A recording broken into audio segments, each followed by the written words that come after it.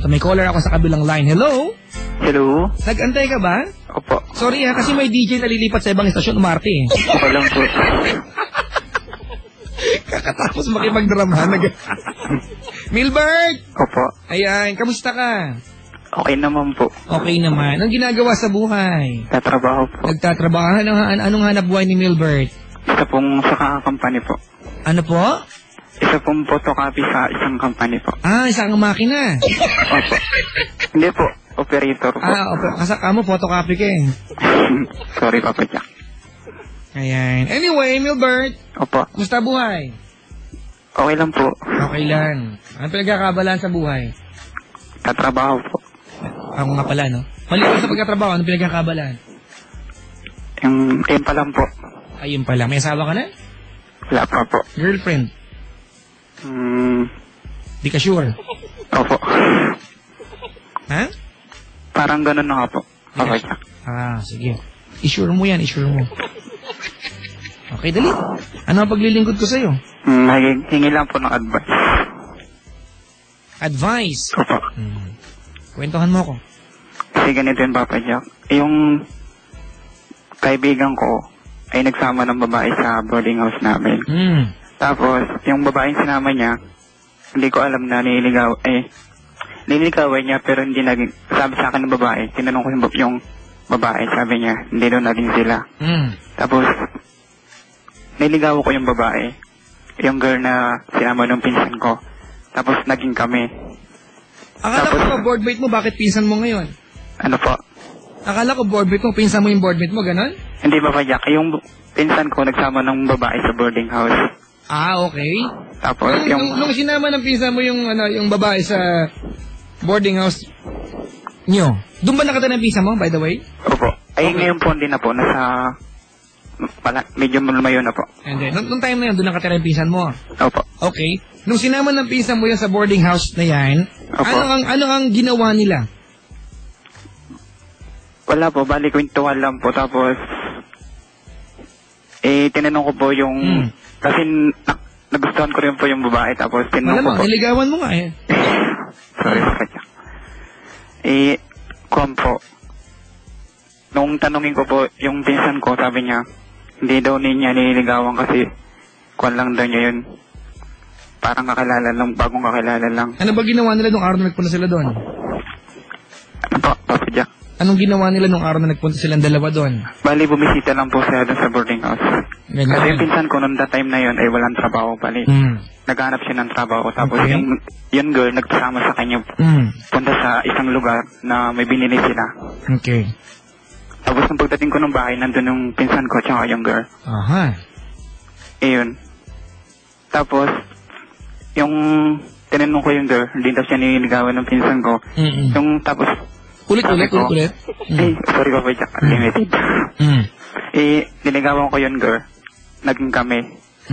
Tapos nung naging kami na, di may nangyari na sa amin. Bakit? Tapos hindi ko alam. Ano Papa Jack? Ba't mo hindi nangyari sa inyo? Hindi ko, parang, ko lang Papa Jack eh. Alam mo yun. Plastic nito. Sige, tuloy mo. Tapos nung nangyari na sa amin, tapos di ko alam na may nangyayari din pala dun sa girl at saka dun sa pinsan ko. Wow, ang galing ha, pre. Magaganda eksena eh. Tapos, nung, tinanong ko yung pinsan ko, sabi niya, may nangyayari nga daw sa kanila. Tapos tinanong ko, may relasyon ba kayo? Tapos, sabi ng pinsan ko, wala nga daw. Tapos, tinanong ko siya, bakit mo nangyayari sa inyo? Tapos, hindi alam ng pinsan ko na kami na nung girl kasi nahiya ako magsabi sa pinsan ko. Tapos, yun na nga, pinapili ko yun girl. Sabi ko, pogi ka pre ah. Parang sure kang pipiliin ka. Hindi naman po Papa Jack. Kasi, tinanong ko yun girl. Sabi ko, hindi pwedeng dalawa kami. Siyempre, alam nga man. Hindi talaga pwede yun, tingok. Sorry Papa Jack. Sabi ko, hindi pwedeng dalawa kami. Dapat isa lang. Sabi kong gano'n. Sabi, pumili ka na sa ate ko. Tapatan kami tatlo, nag-usap-usap kami. Yung harapan talaga. Tapos, sabi sa amin ng girl, na iba daw yung gusto niya at iba daw yung mahal niya. Sabi nung girl, ako daw yung mahal niya. Gusto niya yung pinsan ko. Hindi naguluhan ako. Kahit ako naguluhan eh. Sabi ko po dun sa girl, kung sinong gusto mo, yun dapat ang mahal mo. Hindi yung pabago-pago. Tapos, yung parang lumayo na po ako. Yung hindi na ako masyado ako nagtitext sa kanya. Tapos nung mga isang buwan po nakakaraan, nag-text po yun, girl. Buntis. Tapos, sabi nun, girl, sa akin daw. Malamang sinabi rin niya sa pinsan mo yan. Kung sino kakagat dun siya, di ba? Papayak. Kasi, hindi din ako sure kung sa akin ba talaga o sa pinsan ko. Natural, hindi ka sure. Dalawa kayo kinikembilar eh. Di ba? Kasi nakahuli ko minsan, may mga katext din siya na tapos may kipagkita siya dun sa isang lalaki, ganun. Pero nakikita ko kasi sa cellphone niya na may mga ganun ng eksena, pero hindi ko na sinasabi sa kanya. Tapos yung nag-text niya sa akin, yung girl, sabi niya, buntis nga daw siya. Yan na. Tapos, tulungan ko daw siya kasi ayaw daw niyang ituloy. Gusto niya ipalaglag. Hello ba siya? Sige lang, tuloy mo. Gusto niya ipalaglag. Tapos, tinanong ko siya kasi ako sinong ama. Tapos sabi nga niya, ako daw. Sabi ko, bigyan mo ko ng prueba na ako talaga yung ama. Silipin mo, kamukha mo, ganun.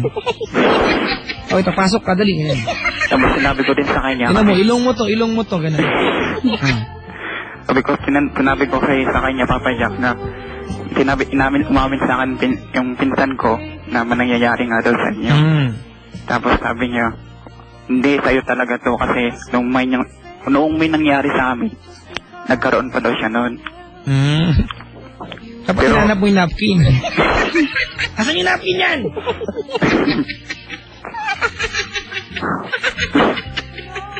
Tapos?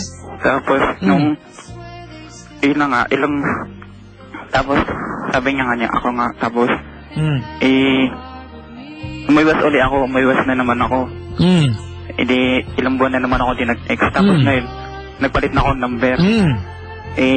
Nalaman na naman yan nung girl yung number ko. Hindi ko alam ba't ang galing mag-imbisikin ng mga babae, no? Kahit itago mo ang number mo, malalaman nila yan.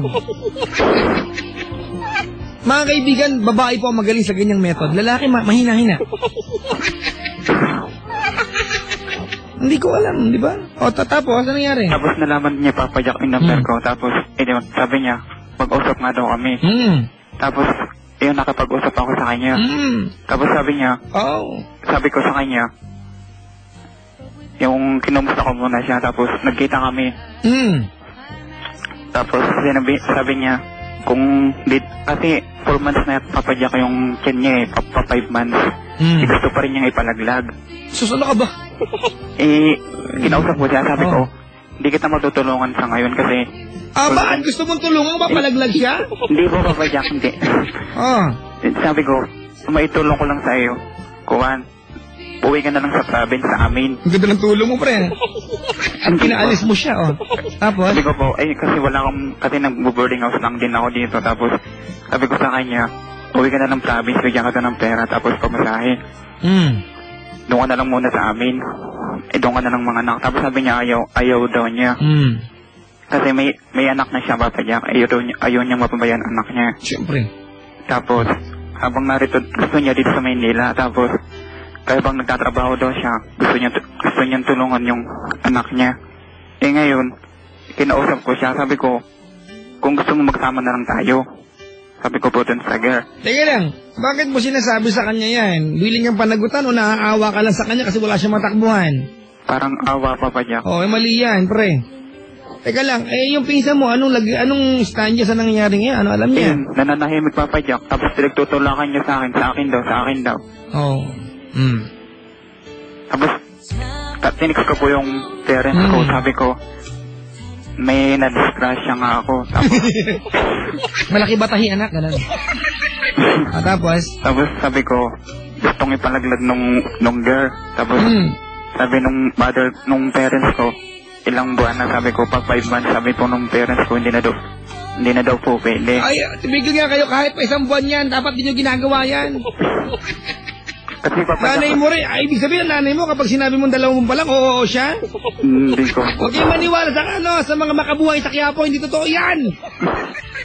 Diba? Nakalagay sa makakita ka ng bote sa Quiapo, makabuhay, pamparegla. Nakalagay doon 1 to 2 months. Meron pa 2 to 3 months. 4 to 5 months.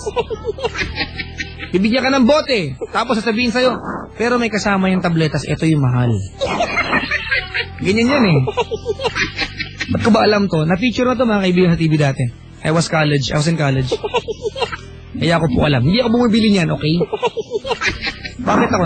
Regular po ang dalaw ni Papa Jack. Di ko kailangan. Hindi ako nadidelay. Tapos Papa Jack, hindi, sabi ng parents ko, pauwiin na ko daw sa province. Kasi yung pinsan ko Papa Jack, umamin din sa parents ko na kanya yung dinadala nung girl. Nagkakwentuhan kasi yung pinsan ko tsaka yung parents ko. Ibig sabihin, yung pinsan mo umaamin sa nanay mo? Opo, pero hindi sa akin inamin ng pinsan ko na sa kanya yung pinagdadala nung Teka lang, naguguluhan na sa kwento, mahaba masyado. Anong tanong mo sa akin? Tama po ba na tulungan ko siya? Kung tulungan, tama. Kahit kailan, hindi maling tumulong, mga kaibigan, ha? Ako talaga yung ama nung dinadala niya. Ganito gawin natin. Mahal po ang DNA test. Sana mayroong public hospital na mag-offer niya ng mura, di ba?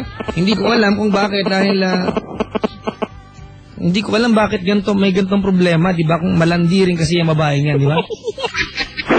Unang-una kasi kapatid, alam mo pagkakamali mo dito? Hindi ko po sinasabi na finders keepers ang babae, ha? Pero dinala ng pinsan mo yan sa boarding house nyo, di ba? Huwag mong isipin na wala silang something, meron talaga yan.